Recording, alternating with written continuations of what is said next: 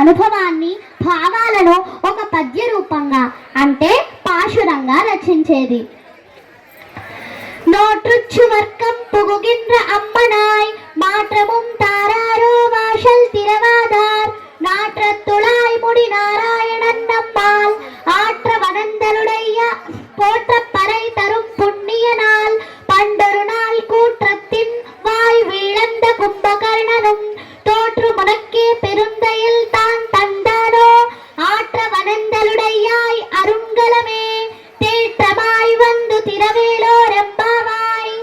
ఇలా 30 రోజులు 30 పాశురాలను తనకు కలిగిన అనుభవాన్ని భావాలను పద్య రూపంలో పాశురంగా 30 రోజులు 30 పాశురాలను రచించి వాటిని ఆ శ్రీ మహావిష్ణుమూర్తికి అంకితం చేసింది. వెంటనే శ్రీరంగంకాని తులసివనంలో ఆండాళ్ అమ్మవారు దొరకడాన్ని మనం గమనిస్తే సీతాదేవి ఆండాళ్ అమ్మవారు ఆ భూదేవి యొక్క అంశయే అన్న సంగతి మనకు అర్థమవుతుంది. ఆండాళ్ అమ్మవారి అసలు పేరు కోదై. కోదై అంటే మాలిక. ఆ పేరే క్రమంగా గోదాగా మారింది.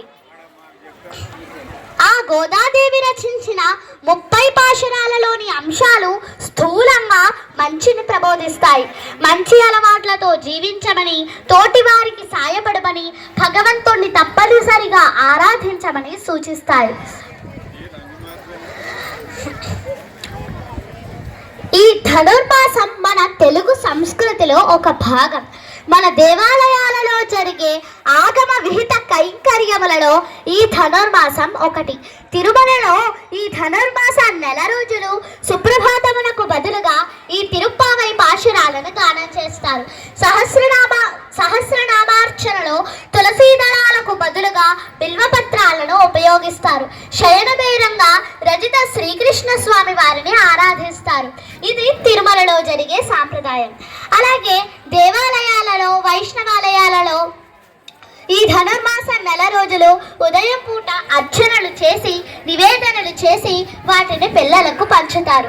దీనినే బాలభోగం అని పిలుస్తారు.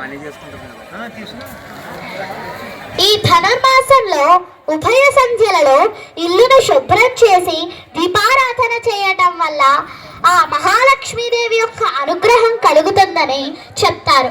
అలాగే ఈ ధనుర్మాసంలో ఉదయం బ్రహ్మముహూర్తంలో పారాయణం చేసిన వారికి ఆ దైవానుగ్రహం కలుగుతుందని శాస్త్రవచనం. సాక్షాత్తు భూదేవి అవతారమూర్తి అయిన ఆండాళ్ అమ్మవారి యొక్క దివ్య ప్రబంధమే ఈ తిరుప్పావై. వేదాలు ఉపనిషత్తుల